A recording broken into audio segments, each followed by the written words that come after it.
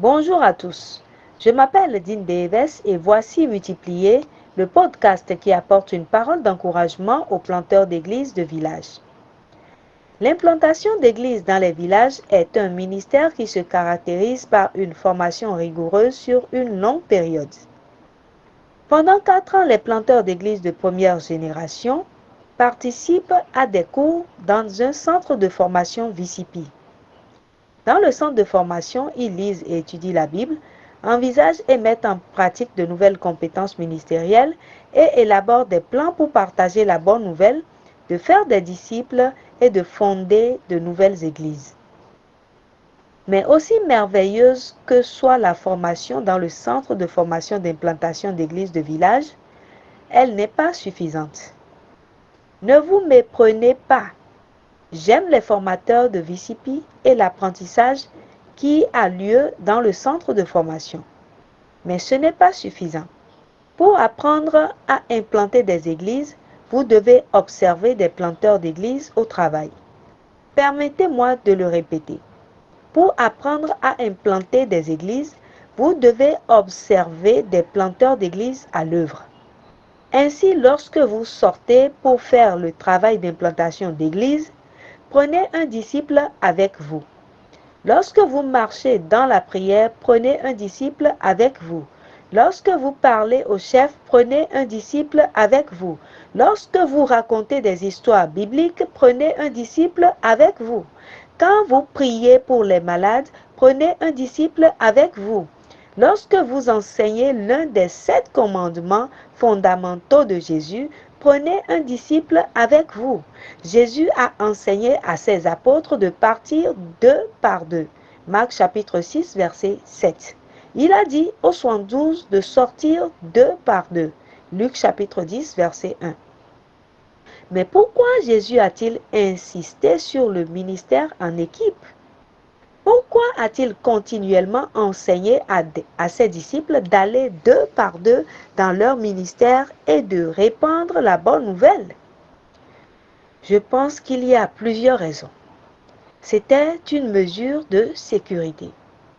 2 personnes voyageant ensemble sont plus en sécurité qu'une seule.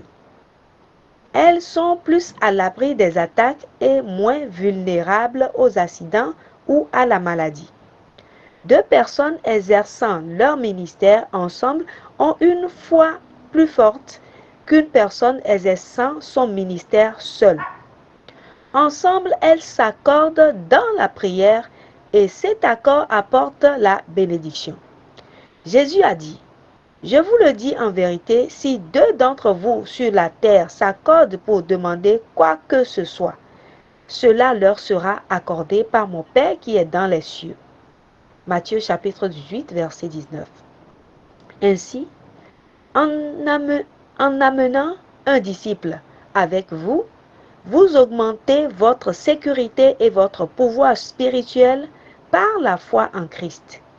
Ce sont des raisons suffisantes pour toujours prendre un disciple avec vous lorsque vous allez exercer votre ministère. Mais il y a plus. Lorsque vous prenez un disciple avec vous lorsque vous exercez votre ministère, vous accomplissez 2 objectifs en même temps. Vous exercez votre ministère auprès des autres et vous formez votre disciple.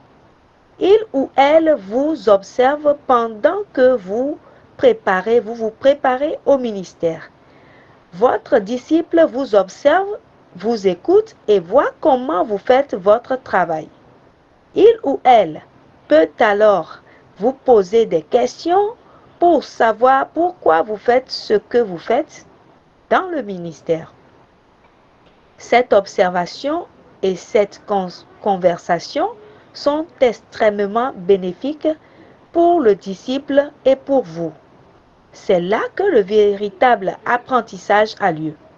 Lorsque votre disciple vous observe en train d'exercer votre ministère dans la puissance du Saint-Esprit, les idées, les concepts et les informations discutées dans le centre de formation deviennent réelles dans leur cœur et dans leurs pensées. Prenez donc un disciple avec vous lorsque vous exercez votre ministère. formez votre disciple à apprendre également leurs disciples avec eux lorsqu'ils exercent leur ministère. Ce faisant, votre ministère sera renforcé et une nouvelle génération d'ouvriers chrétiens sera développée. C'était multiplié et je suis Dean Davis et je demande, avec qui partagerez-vous cette parole d'encouragement aujourd'hui? Ce message a été relayé en français par votre sœur Mauricia Adeomi, assistante du superviseur VCP de l'Afrique de l'Ouest anglophone. Je vous remercie et que le Seigneur bénisse votre entendement.